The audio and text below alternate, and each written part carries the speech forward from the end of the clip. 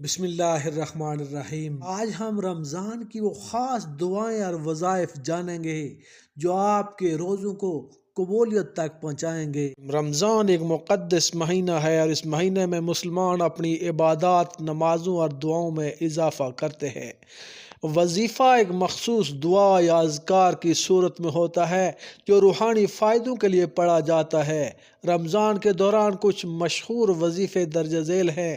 قرآن مجید کی تلاوت۔ رمضان کے دوران قرآن مجید کی تلاوت کرنا بہت زیادہ افضل ہے، کیونکہ اسی مہینے میں اللہ تعالیٰ نے قرآن پاک نازل فرمایا۔ آپ روزانہ قرآن کی تلاوت کریں اور پوری کوشش کریں کہ پورے مہینے میں قرآن کو مکمل کریں۔ اور نمبر 2، دعائے استغفار۔ استغفر اللہ ربی من کل ذنب واتوب الیہ۔ ترجمہ: اے اللہ، میں اپنے تمام گناہوں کی معافی مانگتا ہوں اور اس کی طرف رجوع کرتا ہوں۔ رمضان کے آخری عشرے میں اس دعا کو کثرت سے پڑھنا افضل ہے تاکہ معافی حاصل ہو، اور اللہ تعالیٰ کی برکتوں کے حصول کے لیے اس دعا کو پڑھیں۔ اللہم انی اسألک من فضلک ورحمتک۔ ترجمہ: اے اللہ، میں تجھ سے تیری فضیلت اور رحمت کا سوال کرتا ہوں۔ رمضان کے دوران اس دعا کو مسلسل پڑھنا برکتوں کے لیے بہت مفید ہے، اور جہنم سے خلاصی کے لیے یہ دعا ضرور پڑھیں۔ اللہم اجرنی من النار۔ ترجمہ: اے اللہ، مجھے جہنم سے بچا۔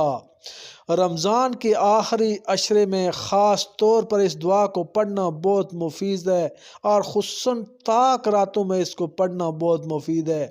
اور حضرت یونس علیہ السلام کی یہ دعا جو آپ نے مچھلی کے پیٹ میں پڑھی تھی، لا الہ الا انت سبحانک انی کنت من الظالمین۔ ترجمہ: اللہ کے سوا کوئی معبود نہیں، تیری پاکیزگی ہے، میں یقیناً ظالموں میں سے ہوں۔ اس دعا کو اللہ کی رحمت اور معافی کے لیے پڑھنا بہت مفید ہے، اور اس کے علاوہ اس ذکر کو کثرت سے کریں: سبحان اللہ والحمد للہ ولا الہ الا اللہ واللہ اکبر۔ رمضان کے دوران ان اذکار کو کثرت سے کریں: سبحان اللہ، اللہ تو پاک ہے۔ الحمد للہ، اللہ کا شکر ہے۔ اللہ اکبر، اللہ سب سے بڑا ہے۔ یہ مختصر مگر طاقتور اذکار ہیں جو اللہ تعالیٰ کی تسبیح و تحمید کے لیے بہت ہی مفید ہیں۔ اور رمضان کے آخری عشرے کی دعا رمضان کے آخری 10 دنوں میں، خصوصاً طاق راتوں میں لیلۃ القدر، شب قدر کی تلاش کی جاتی ہے، اور اس میں یہ دعا مانگیں: اللہم انک عفو تحب العفو فاعف عنی۔ ترجمہ: اے اللہ تعالیٰ، تو بڑا معاف کرنے والا ہے اور معافی کو پسند کرتا ہے، پس مجھے معاف کر دے۔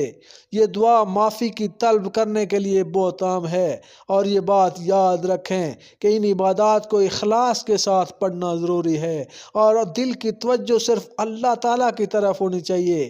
رمضان صرف کھانے پینے سے رکنے کا مہینہ نہیں، بلکہ یہ روح کی پاکیزگی کے لیے عبادات اور تقدس کا مہینہ ہے۔